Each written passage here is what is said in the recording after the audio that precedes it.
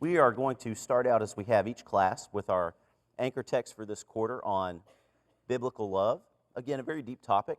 And we're going to start in 1 John chapter 4, 7 through 11. We'll read that together.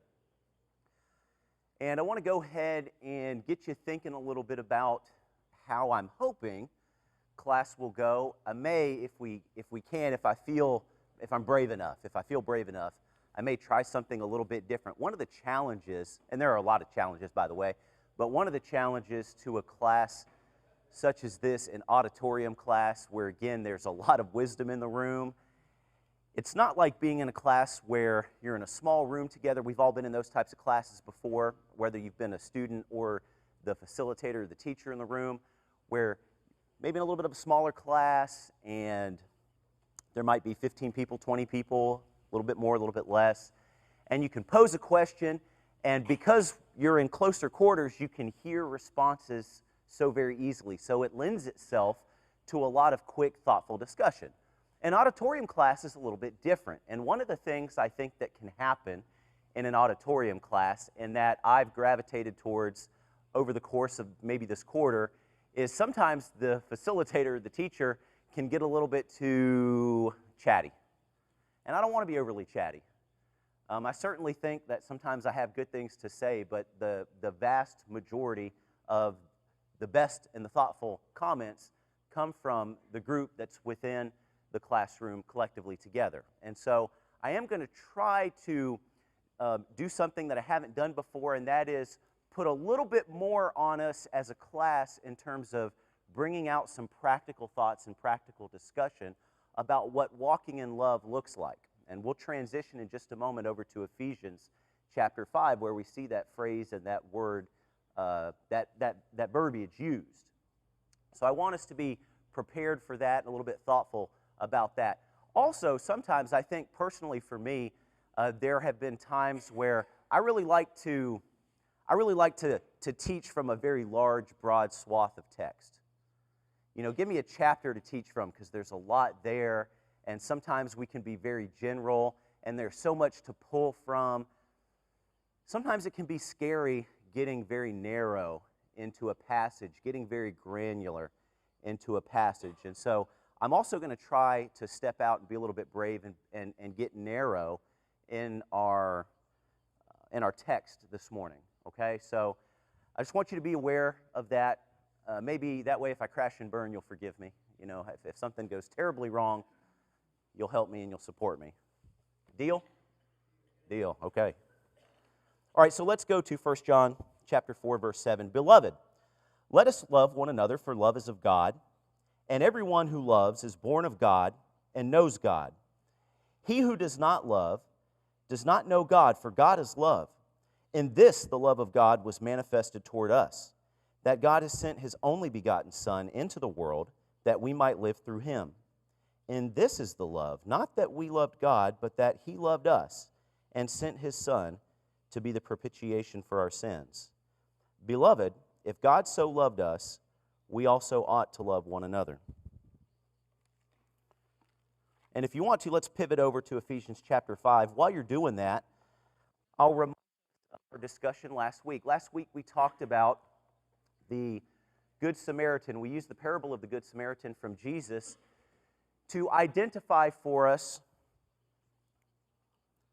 how we are to love our neighbor. We're told that the whole scope of our responsibility as a Christian can be found really, or maybe distilled really down into two things: love God and love your neighbor as yourself. We saw that last week.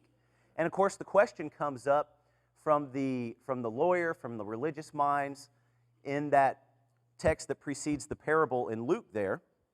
Well, who is my neighbor? And we find that it's our neighbor really is more than just the folks within our network of friends. It's really it's not just the people that we're closest with, but it's those who show one another mercy. And so what we can extrapolate from that is that a part of love is showing mercy. And of course, we talked even further probably about a month ago when we were looking in 1 Corinthians chapter 13, when we see that love is patient, love is kind. And we talked about how kindness is really something that is active. And so love more and more, to me, is something that is active. It's something that's deliberate. It's something that we choose to do. We continue to see, and I think we'll continue to see today even further and even more granular, that love is something that is sacrificial. And you see that in all of the text. Again, we get that in 1 John chapter 4, 7 through 11, because it's bookended, those passages, those 5 or 6 verses, are bookended with the notion that Jesus was sent to die for us. And it's the whole of what we study. When you think about, any Bible class that you go to, any sermon that you hear, so much of it, so much of our Christian life is peppered with the concentration on the cross, as it should be, because that's where everything happens, is at the cross.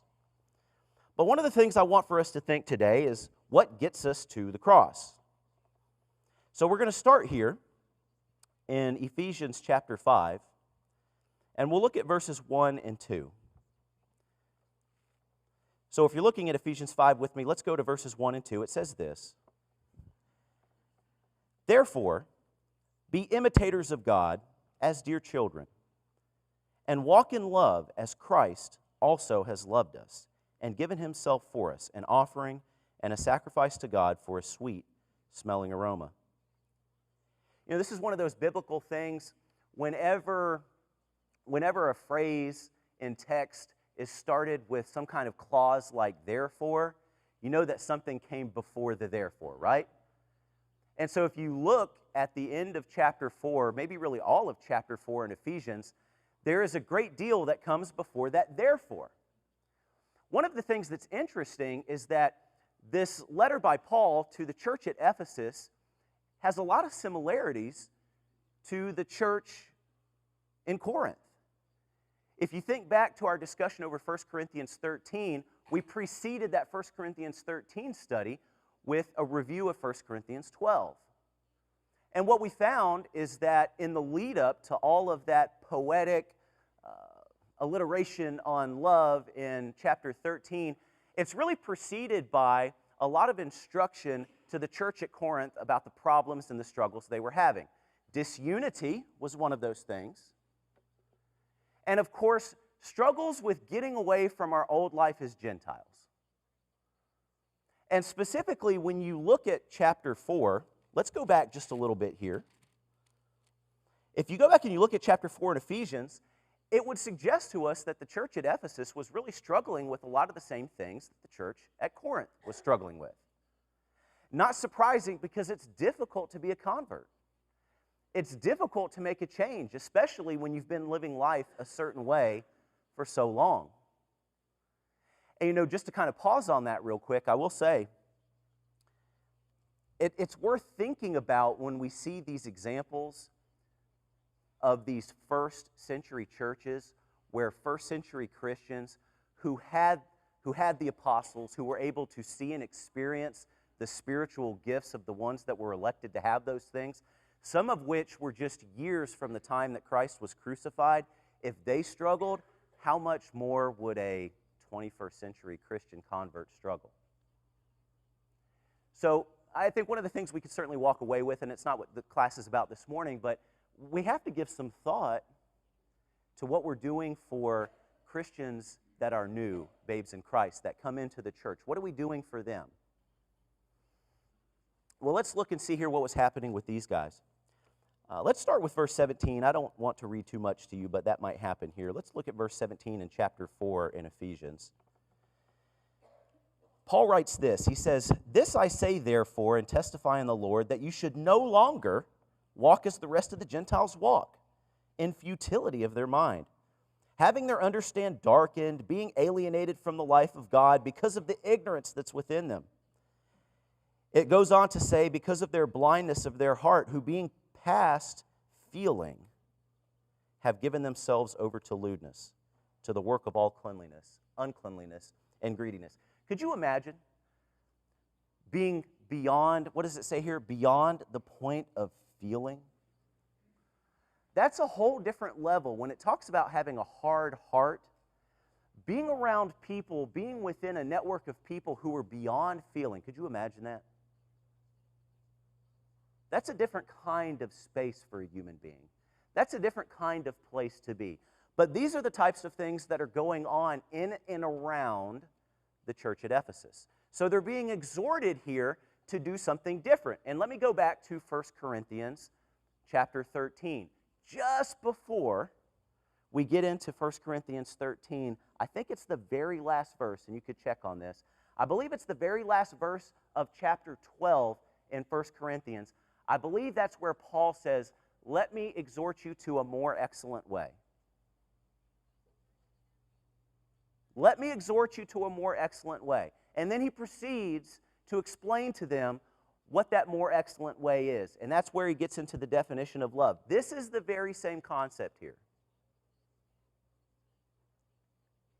Those in and around the church at Ephesus were struggling and combating with all of the things that were around them. The old life, the world that continued to turn around them as they're trying to establish themselves as the first century church.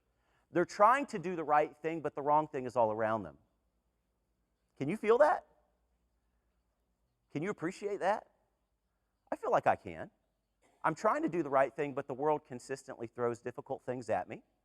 I can't help but get away with it or get away from it. Why? Well, because I put it in my pocket and I walk around with it and I turn it on. It's 8 feet in front of my couch and it's on the radio. You'll see what I'm saying. I don't need to beat that up anymore. And so Paul, as he's writing here, inspired, says this. I'm going to go back to the beginning of chapter 5 again. Therefore, this is after all of these things, and of course there's text in 25 through 30 in chapter 4, but therefore be imitators of God as dear children, and walk in love. What does that term walk denote to you? What kind of walk are we talking about? As a reminder, we have some microphones in the back from our men here. I think we have a question. Aaron's got a question or a thought. Please, yes. Quite simply, the daily walk of life, just our day-to-day comings and goings and interactions with other human beings. You know, it's the mundane, isn't it? That's the difference between consistency and being inconsistency. Or being inconsistent, rather. It's the mundane, it's the simple things. Sometimes we focus on the big interactions in life, and the big interactions in life sometimes can push us to and fro, but really the reality is the consistent way in which I behave is the thing that will ultimately result in the outcomes in which I get, right? Take it down to just a simple sort of food example. Having one big meal is no big deal. But if I eat like it's Thanksgiving every single day, well, I'm not going to lose weight. It's the small things. It's the consistent things. What else does that term walk denote? Walk is such a casual term. I love to go for a walk. Sometimes Jeanette and I will go for a walk down by the river. It's delightful. You know, you get out there, you go for a walk, a little stroll. Is that what's being discussed here? Yes, sir. I think we make sure we don't overlook it when he say walk in love. So that's going to be a little different than just a casual walk in the park. It's going to be a little different how we treat our neighbors and how we interact with enemies and strangers. So he really put the emphasis on walk in love. He did. You know, when you think about this walk is a casual term. But the term here, if you pluck it out and you really drill down into it, this is not a casual walk. This is an arduous journey. I don't see Steve in class here this morning, but Mr. Kovar, he did the Appalachian Trail, right? 2,000 some odd miles. After 1,800 miles, really, what's another 20 or 30 or 100, right? He started in Maine and went all the way down to Georgia. Opposite, Georgia, and he walked upwards. Which, man, now you're walking uphill. That's even worse, right? At least if you go from Maine to Georgia, you're kind of going downhill. Did he walk? Yes, he did this. And this is walking. But that's an arduous journey. That's a tough walk. That's a daily grind. How long did it take him? And did he do it all at one time?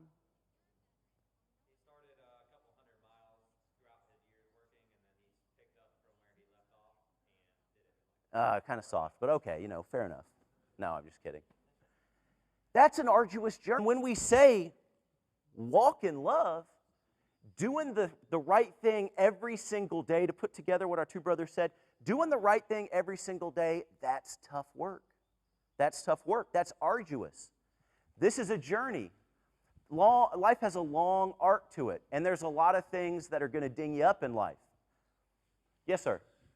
And a walk is a forward movement. You're not walking backwards. And he wants you to keep walking forward to where we're going. If you get distracted, but you want to keep a straight path and keep walking. It's like in the movie American Tail. They say, keep walking, keep them moving. Because if you stop, you're not going anywhere. In using the reference, that was an Out West reference, right? Okay. Is that an older movie? No? I missed something. Okay.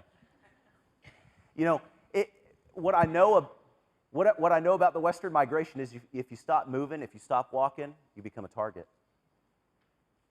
Yes, we have a thought here.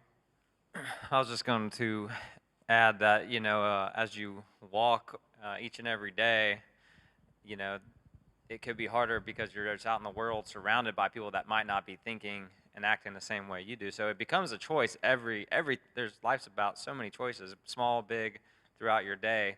And so you have to just continuously work to make these choices to build that. Sometimes, not everybody, but some people may have to build these choices every day to continue to make the right decision, despite others who might not be making these decisions. And, you almost have to become self-accountable because, others aren't going to hold you accountable. But that's why we have the church. That's a great thing to be with others who walk in love and think, be bonded that way throughout everyone here. And to know that, we're just making these choices every day to treat people right, to do the right thing, to not be sinning in certain ways where other people may, be treating others differently or making decisions. Just because they're making decisions and not, holding accountable, like, I don't know, just trying to, it becomes something that you just continue to work on and build that way. That's kind of how I see it. Jason reminds us that when we walk on the more excellent way, that's going to take us places. It's going to take us to different stations in life. You can't just walk on the treadmill and get there. You have to walk the path. You have to take the way. And while we're working down the more excellent way, will there be trials and tribulations? Absolutely. Are we going to arrive in places where there's not the support and the loving kindness given back to us that we might give out to them? Absolutely. How do we respond? Yes, sir. It also gives you a sense of purpose. It means it's something that you have in your mind, you've set in your mind that you're going to do because you have a goal in mind. So the walk is a purposeful walk. It's an intentional walk. And when things try to beset you to take you off that walk, you're going to still keep your mind set on that walk because you have that sense of purpose. And where do we derive that sense of purpose from? That's an excellent point. There's a saying about this. You bring up the term goal.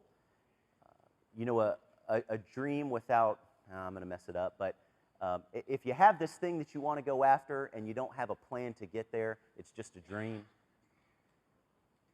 And do we want our spiritual hopes to be built on just something that is a dream, or does it have to be a deliberate goal?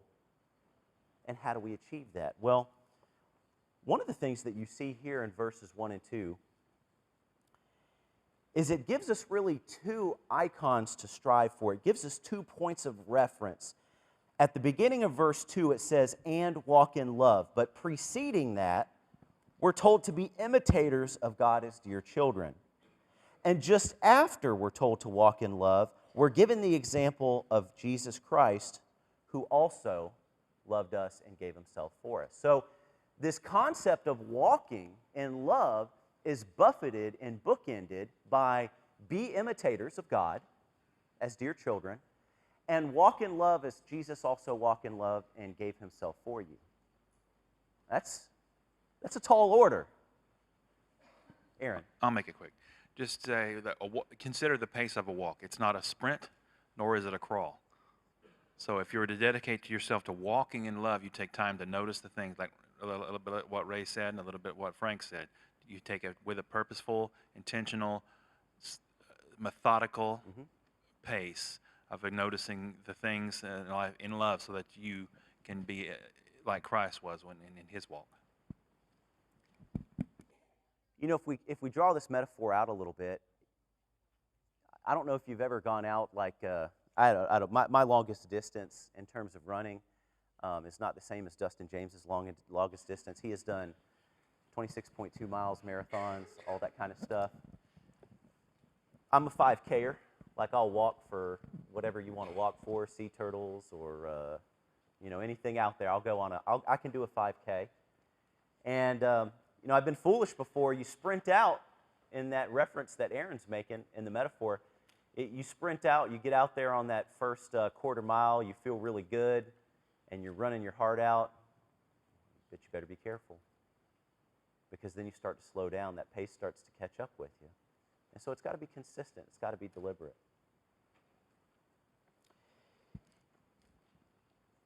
Be imitators of God as dear children. That's part of the walk. When you think about being an imitator of God, there are some things that are specific to God's nature that I cannot imitate. When you think about God's nature, again, if we were going to distill it down into just a few things or a handful of things, God is ever present, God is all powerful, God is all knowing. I can't be that. I can't imitate God in those spaces. So how is it that I can imitate God? We have a thought here. Yes, I think that walk to me is movement. As Jason said, it's forward, it's a choice. But also, if you think about movement as in moving through life, we make the choice to move through life. We can move through it angrily. We can move through it with a chip on our shoulder. We can choose to move through it in love. And I think that that's the journey that it's suggesting, and it's giving us those examples, as you said, the bookends before and after. But I think it's the movement in which we choose to move through our lives. Do we choose to do it with love, or do we just choose to do it selfishly? So I think he's telling us that we have that choice, and that we need to make that choice to walk in love. So this process of walking, as you described it, could you make the case, or could we make the case, that God himself did that? If you go all the way back to the garden, and here's where we might get a little granular, so bump me back into the lane if I get a little bit too out of my headspace. But if we go back to the garden, God begins by creating the very first man and woman, and he does so in the image of himself. And in that they stray. Man and woman stray from that image of God. They stray from that center line where they were supposed to be. And from then on, from really the very first few chapters of Genesis, all the way through the remainder of our Bibles, we see the process. And could you say the process of God walking us back to his image? To the purification so that we can be back in his image. To the purification through Jesus Christ so that we can be accepted into heaven, into his space again. Let's take a look together at Romans.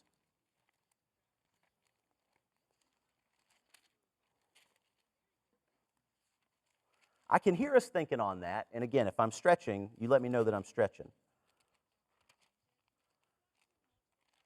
Let's go to Romans chapter 5. Again, I want to be an imitator of God. It's telling me to be an imitator of God. How do I do that? In Romans chapter 5, let's look at verses starting at 6. We'll go through 8. For when we were still without strength, in due time Christ died for the ungodly. For scarcely for a righteous man will one die, yet perhaps for a good man someone would even dare to die. But God demonstrates his own love toward us in that while we were still sinners, Christ died for us. Now, there's perhaps a lot of ways that I could imitate God. One of the ways that I could perhaps imitate God is through sacrifice. I arrive on and on again, through this course of study. Siri heard something that she liked. On and on again through this course of study, and keep in mind I'm going through this course of study with you, just a few days early usually. But as I prepare for each lesson, I continually come back to this concept of love is sacrificial. And then I read in Romans chapter 5 that God demonstrated his love to us through the sacrifice of this very own part of himself by sending Jesus to die upon the cross. And then I read after, in verse 2, I'm told to walk in love.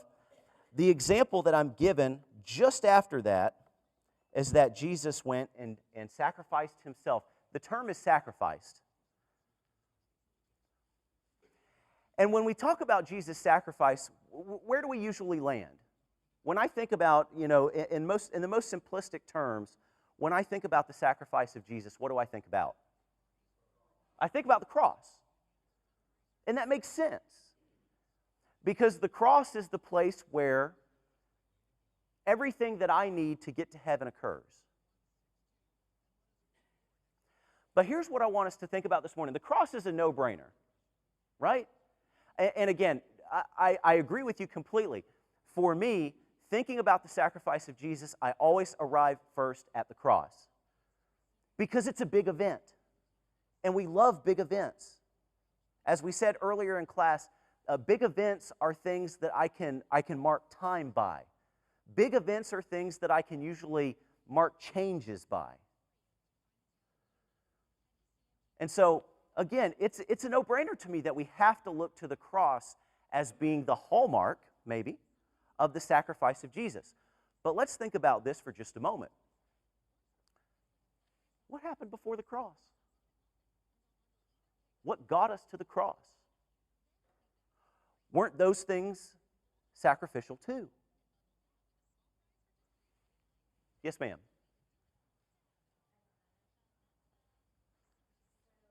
I agree with you, but the first thing I think of is him leaving heaven. I mean, him leaving and coming down here, because I think about when you have to leave somebody, like if somebody's leaving to go into the military, the sadness you feel, they're going to make a sacrifice for our country and for others. And it's lonely. They're lonely. You're lonely. That's like the worst feeling. And when people used to come, my family used to come visit me, and I'd have to say goodbye, that was like knowing I would see them again, hopefully. That was like the worst sadness ever. I remember sometimes I would cry for several days because I missed them. So that would be my first thing, that he even had to make that decision to come to earth. That's hard, that's bad. That was tough. At the beginning of class, I said I wanted to get to a place. This is the place where I want to get to. Thank you for bringing us here. Let's talk about the practicality and the application of the sacrifice. Again, let me go back to this.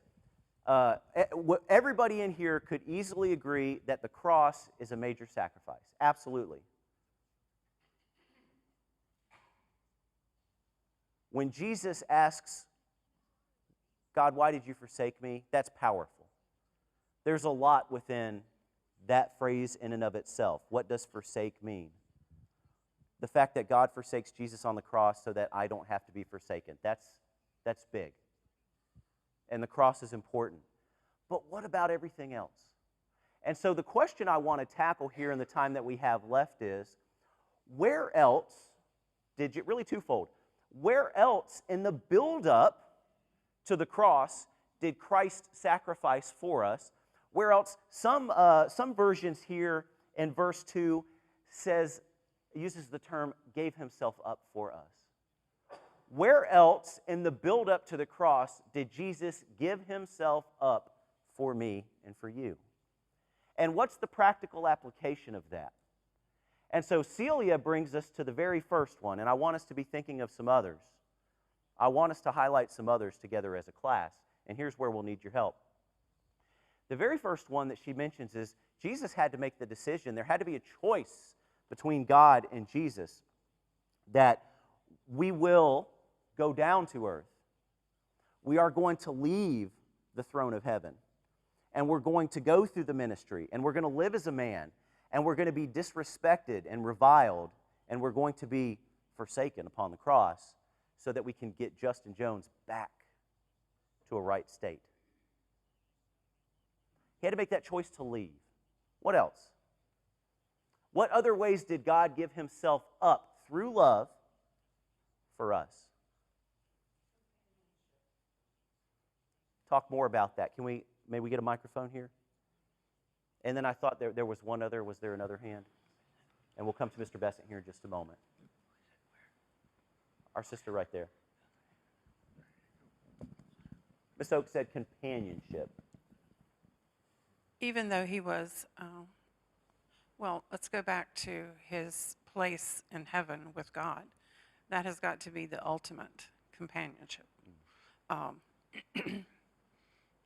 And when he left that, he left all of it there and then came to earth and then trying to reestablish.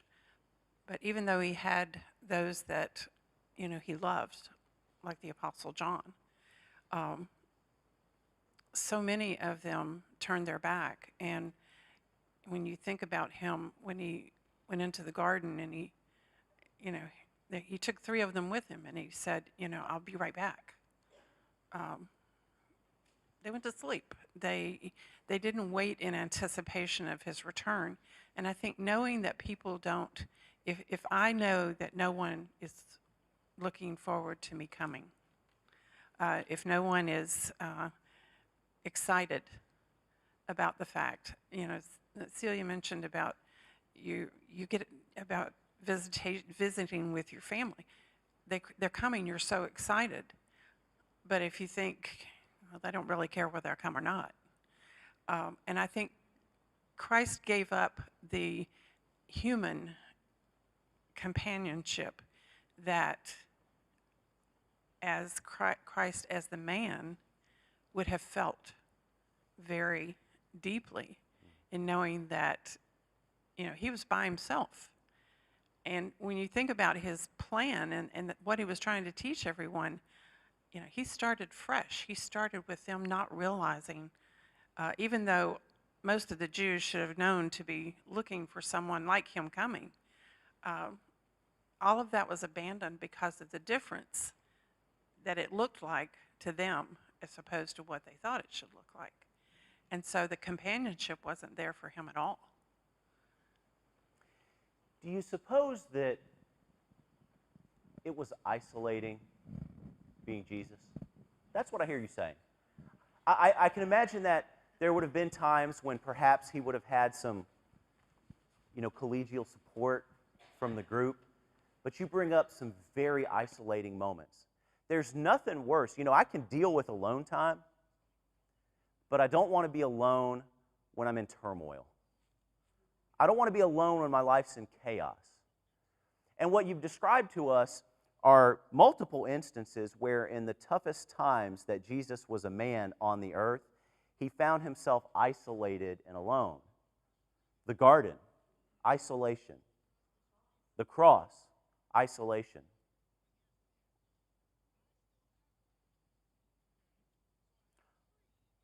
Part of that walk in love for us might be times where we're having to deal with and struggle through isolation, loneliness, the feeling of being the only one having to work through a situation.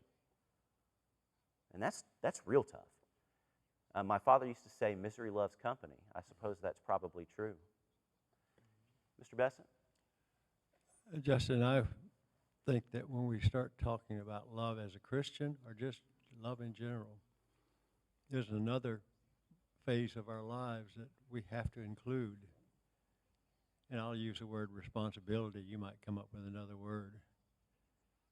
But I think that so many times those have to go hand in hand.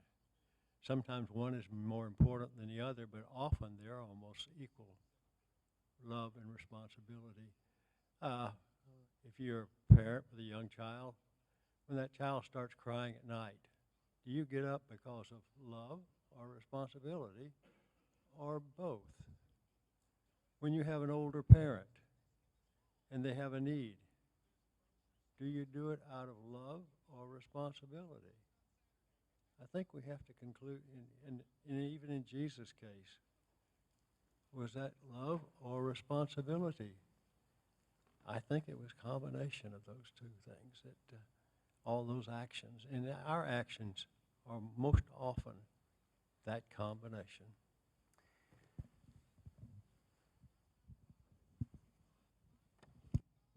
Walk in love as Christ loved you and gave himself up for you.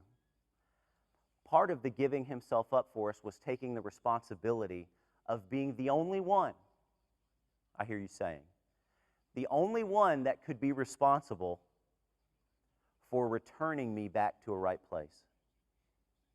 What do you suppose that, we talk about, oh man, I'm stressed at work. Man, the responsibility, I got to get these reports done. I have this project that's coming up. I've got this deadline I've got to meet. I've got to get the bills paid at home. I've got to get the kids to T-ball or whatever it might be. These are important things, but could you imagine the responsibility and the metaphorical weight upon your shoulders if you were the only person who could be responsible for every living soul that came and would come? What's that responsibility like? Say again? The weight of the world. What's that responsibility like? That's like a donkey walking. The picture in my mind is like a donkey walking with a whole lot of pack on his back. Crushing. Yeah. It's crushing. So his walk, back to your walk, it was labored. It wasn't easy. It was drudgery. How do we know that? Well, it was manifest in the garden with great drops of blood, right? I mean, you know the study on that. You know the conversation on that. You know the teaching on that. He was under such duress that it manifested itself physically. And to read it in text, sometimes I don't know that it gives me the full appreciation of what that must have been like. Have you ever seen somebody have a panic attack before? You ever had a panic attack before? I'll disclose to you, that I know of, I've had one panic attack before. And we were getting on this is going to be ironic, we were getting on a 7-day cruise to go to the Caribbean, the Eastern Caribbean. Royal Caribbean. It wasn't like we were getting on an airplane. It was the largest ship in the Royal Caribbean fleet back in 2014, 13. And we're getting ready to go on that thing. I had to excuse myself to the restroom. I went into a stall, and I had a physical exertion of panic, and I just don't know why. Crazy thing. Why do I bring that up? Because stress and maybe anxiety, again, going on a 7-day cruise probably shouldn't have made me so anxious, but it did. I don't know what it was from. But you can have these physical responses to stress and to anxiety and to all of these other things. Imagine what that must have been like in the preparation for the sacrifice, and by the way, the daily and nightly trudge of the ministry over the course of his 3 years. What must that have been like? Yes, ma'am. Well, you're talking about the emotions, and as far as you think about what the apostles actually, the ones that were with him when he prayed, what they went through. Because if you look at Luke 22, verse 45, and it says, when he rose up from prayer and had come to his disciples, he found them sleeping from sorrow. And so, I mean, you're talking about having a physical response from an emotional thing. And according to this verse, it is they were upset and distraught. Yeah. And I just find that very interesting. And in the, I think it's the the IEB, the International English Bible, the verse actually says, when Jesus finished praying, he went to his followers. He found them. They were asleep. Their sadness had made them very tired.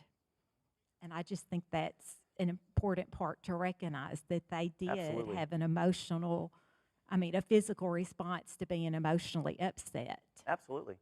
You know what the interesting thing was, though, and I don't know that that's ever been queued up in my mind before. I don't know that I've ever seen that. The interesting thing is, though, that Jesus' response to them was it was disappointment, wasn't it? He was disappointed, maybe frustrated by that. You know, part of the walk will no doubt be disappointment and frustration. Yes, sir.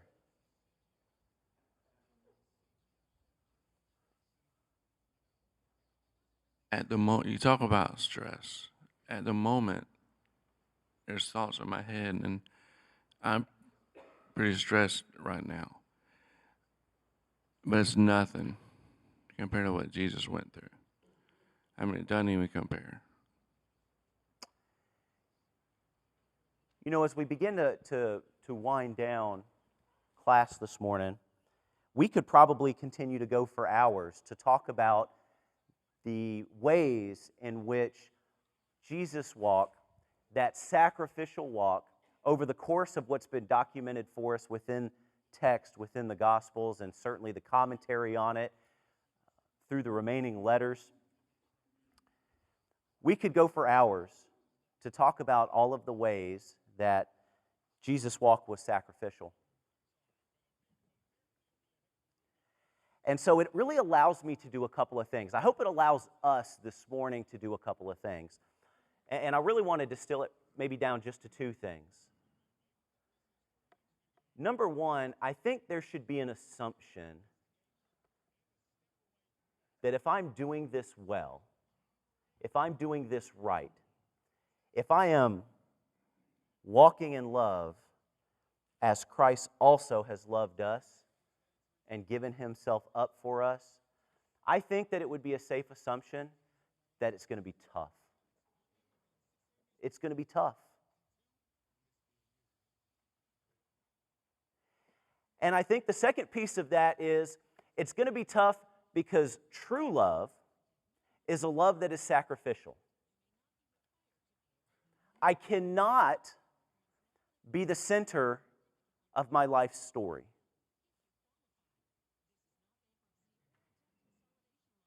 I can't be the center of my life's story. I can't be the most important thing in my life.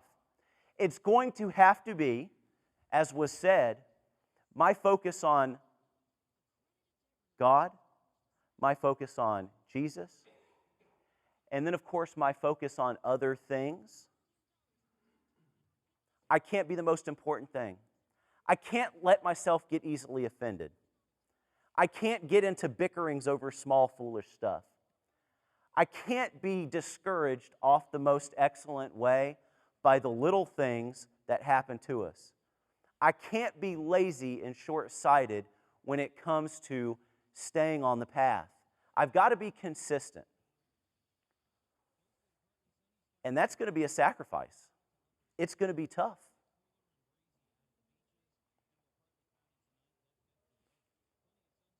Let's finish out in prayer. Dear Father, we thank you so much for the day. We thank you for the opportunity to come together and to study your word and to get the chance to think more deeply about the cross, about everything that led up to the cross and the sacrifice that Jesus underwent for us and for our sins. Father, we ask that you give us strength and that we look for opportunities to strengthen ourselves and that we look for opportunities to strengthen one another and to respect and value each other as Christ valued and respected and loved us. Thank you for all things. Thank you for Jesus. It's in his name. Amen.